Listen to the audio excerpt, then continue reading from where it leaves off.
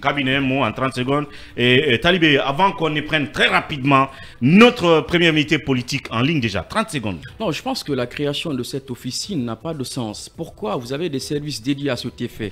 Il faut éviter de faire dans des méthodes soviétiques, quoi. Vous voyez, moi je suis d'accord qu'aujourd'hui qu'il y a un enjeu.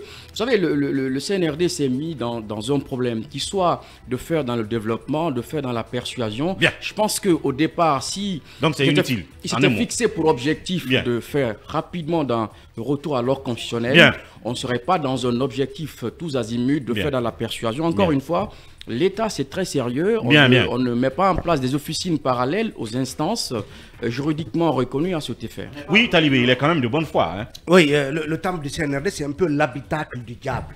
Ah oui, carrément. Parce que, non, on dit que les blogueurs insultent le président, les blogueurs insultent le CNRD, les médias insultent le président, les médias insultent le CNRD. Il faut trouver une structure correspondante. Oui, mais lors de cette réunion, il a été reproché aux gens de laisser les médias et les blogueurs insulter le président, insulter le CNRD. Les médias n'insultent pas. Oui, oui, ce qui est faux, c'est qui est faux. Les médias critiquent. Voilà. Ce sont ces critiques-là qu'on appelle injures. Donc, ce sera une grosse boîte d'injures.